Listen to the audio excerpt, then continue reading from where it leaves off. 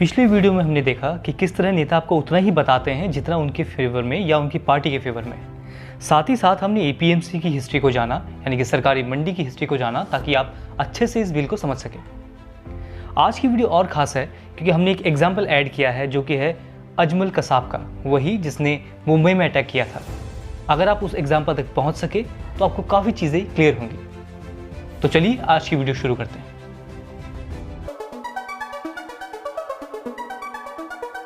सरकार ने ये अनाउंसमेंट की कि जो भी एपीएमसी के अलावा किसानों से कुछ भी फसल खरीदेगा या कोई भी सर्विसेज लेगा, उसे कोई भी टैक्स नहीं देना होगा। मतलब कि ये जो स्कीम है इसमें आपको टैक्स बेनिफिट मिलेंगे। तो एपीएमसी वाले ये कह रहे हैं कि अगर सरकार हम पे तो टैक्स लगाती है लेकिन उन पे टैक्स नहीं लगाती तो ये तो नाइंसाफ़ी है भाई। क्योंकि अगर उन पे टैक्स ही नहीं लगेगा तो सब लोग वहीं जाके बिजनेस करना पसंद करेंगे, फार्मर भी वहीं जाएगा क्योंकि उसको वहाँ टैक्स बचता है, कोई फीस नहीं देनी पड़ती और एपीएमसी खत्म हो जाएगी। अब बात आती है कि सरकार ने ऐसा किया क्यों, एक तरफ टैक्स लगाया एक तरफ टैक्स नहीं लगाया। सरकार ने इसके पीछे रीज़न ये दिया कि अक्सर ही ऐसा देखा गया कि अगर कोई बहुत अच्छी स्कीम किसी सरकार के द्वारा लाई जाती है तो ये पक्की बात है स्टेट किसी ना किसी तरीके से उस पॉलिसी में इंटरफेयर करता है और कुछ ऐसे दांव-पेच खेलता है कि वो सर्विसेज जो रिफॉर्म के तौर पे लाई गई हैं आम जनता के लिए या किसानों के लिए, वो उन तक पहुँचे ही ना। जैसे एग्जांपल आप बंगाल का ले लीजिए, ऐसी कई स्कीम्स हैं जो पूरे देश में चलती है लेकिन बंगाल में नहीं चलती क्योंकि वहाँ पे ऐसा पॉलिटिकल गेम खेला गया है कि वो सर्विसेज पहुँचे ही ना आम आदमी तक। वैसे होता क्या है, होता ही ये है कि सरकार बदनाम होती है क्योंकि रोज़ तो न्यूज़पेपर में छपता है किसानों को ये मिलेगा, आम जनता को ये मिलेगा, लेकिन ग्राउंड पे कुछ होता नहीं। तो ये तो पॉलिटिकल मामला हो गया। तो ये सरकार को पता था कि ऐसा होने के चांसेस बहुत ज़्यादा हैं। ऐसा हो सकता है कि स्टेट इतनी ज़्यादा आप ये कह लीजिए कुछ ड्यूटीज़ लगा दे या फिर टैक्सेस लगा दे कि लोग मंडी ही में ही जाना पसंद करें। तो ये चांसेस थे, इसलिए सरकार ने मना किया था। तो ये था सरकार का रीज़न, ताकि कोई इंटरफेयर ना करे। और ये है एपीएमसीज़ का रीज़न कि भैया अगर आप हम पे टैक्स लगाएंगे उन पे नहीं लगाएंगे तो हम तो ख़त्म हो जाएंगे। तो सरकार ने फाइनली ये सोल्यूशन निकाला, ओके ठीक है, हम टैक्स को रेगुलेट करेंगे, कुछ इतना हिसाब किताब बनाएंगे कि आप पे भी टैक्स उतना ना लगे और इन पे भी उतना ना लगे, या फिर दोनों को टैक्स फ्री कर देंगे। तो ये था पहला पॉइंट। दूसरी शिकायत जो किसानों की है वो है नो जुडिशियल सपोर्ट। अब इसमें दो पार्टीज़ हैं, एक किसान और एक स्पॉन्सर। स्पॉन्सर मतलब वो व्यापारी जो अपने रिसोर्सेज लगाएगा किसान के खेत में ताकि वो उससे फसल ले सके। तो किसानों को ये अधिकार नहीं दिया गया, या दोनों पार्टीज़ को ये अधिकार नहीं दिया गया कि आप जुडिशरी सिस्टम को अप्रोच कर सकते हैं, यानी कि आप अदालत जा सकते हैं। और अदालत को भी ये आदेश दिए गए कि आप बीच में इंटरवीन मतलब हस्तक्षेप, बीच में कोई हस्तक्षेप नहीं हो सकता। अच्छा, अब किसानों की क्या शिकायत है पहले ये सुन लेते हैं। किसान लोग कहते हैं कि अगर आप हमसे कानूनी व्यवस्था ही छीन लेंगे, यानी कि अगर हम अप्रोच ही नहीं कर सकते अदालत को, तो बहुत ज़्यादा चांसेस है कि हमारे साथ नाइंसाफ़ी होगी। तो ये समझते हैं कि भाई ऐसा सरकार ने किया क्यों। जो सरकार ने रीज़न दिया वो रीज़न ये है कि देखिए, किसान की मंथली इनकम 6,223 रुपये, यानी कि किसान हर महीने 6,223 रुपीज़ ही कमा पाता है। आप खुद बताइए, एक ऐसा आदमी जो महीने के 6,000 7,000 ऐसा कुछ कमा रहा है, क्या उसके लिए ये पॉसिबल है कि वो एक वकील हायर करे?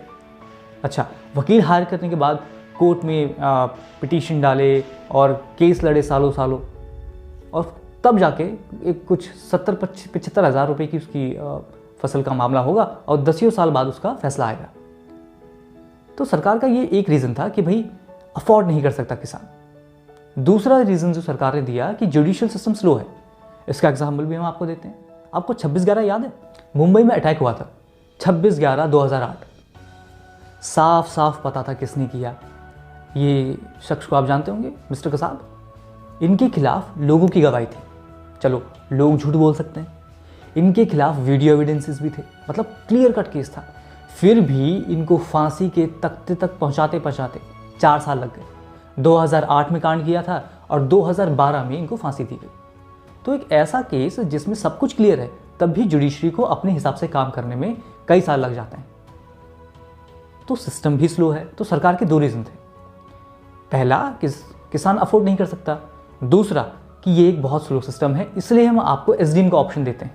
एसडीएम के ऑप्शन में किसान को कहा गया कि अगर आपको कोई तकलीफ है या आपके बीच कोई विवाद होता है उस व्यापारी के साथ, तो एक काम कीजिए, आप सीधा एसडीएम को अप्रोच कीजिए, रिटर्न में एप्लीकेशन दीजिए। पहला काम जो एसडीएम करेगा वो एक ऑफिसर नियुक्त करेगा।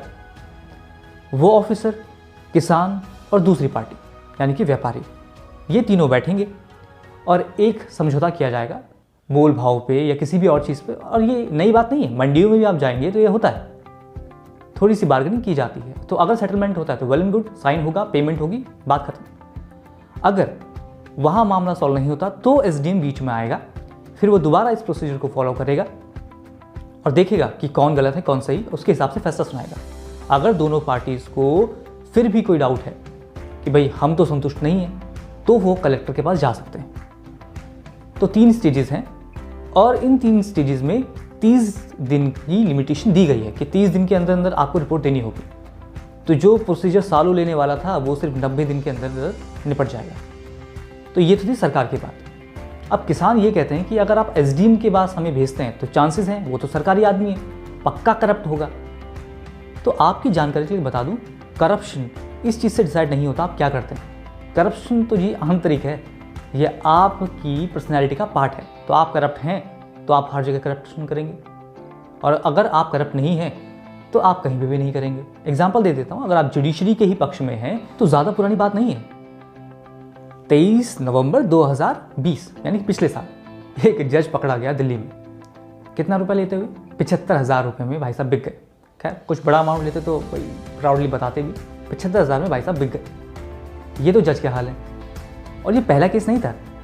सन 2016 में एक बड़ा फेमस केस हुआ। एक फीमेल जज थी, महिला जज, वो पकड़ी गई। 90 लाख से भी ज़्यादा उनके पास कैश मिला। तो अगर आप सोचते हैं कि जुडिशरी आपको न्याय दिलाएगी तो भूल जाइए। करप्ट लोग हर जगह हैं, एसडीएम भी करप्ट हैं, जज भी करप्ट हैं, और इसका उल्टा भी सही है।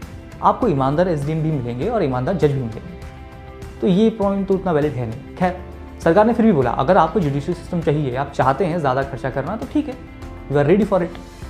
लेकिन इसका सही सोल्यूशन है क्या? सही सोल्यूशन छुपा है आर्टिकल 323A में। हमारा कॉन्स्टिट्यूशन सरकार को ये पावर देता है कि वो एक ट्रिब्यूनल बना सकते हैं। अब ट्रिब्यूनल क्या होता है? ट्रिब्यूनल एक ऐसी बॉडी है जिसमें सिर्फ जज नहीं बैठते, उसमें उस सब्जेक्ट से रिलेटेड एक्सपर्ट भी बैठते हैं। तो अगर एनजीटी की तरह, एनजीटी तो आप जानते ही, एक इन्वायरमेंट के लिए बनाया गया है ट्रिब्यूनल, बहुत फटाफट फैसले होते हैं यहाँ, तो उसी तरह किसानों के लिए भी एक ट्रिब्यूनल बना दिया जाए तो ये एक अच्छा फैसला होगा।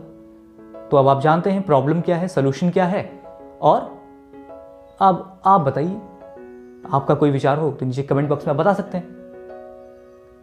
अब तीसरी बात जो इसमें कही गई उससे तो भाई मैं भी एग्री नहीं करता।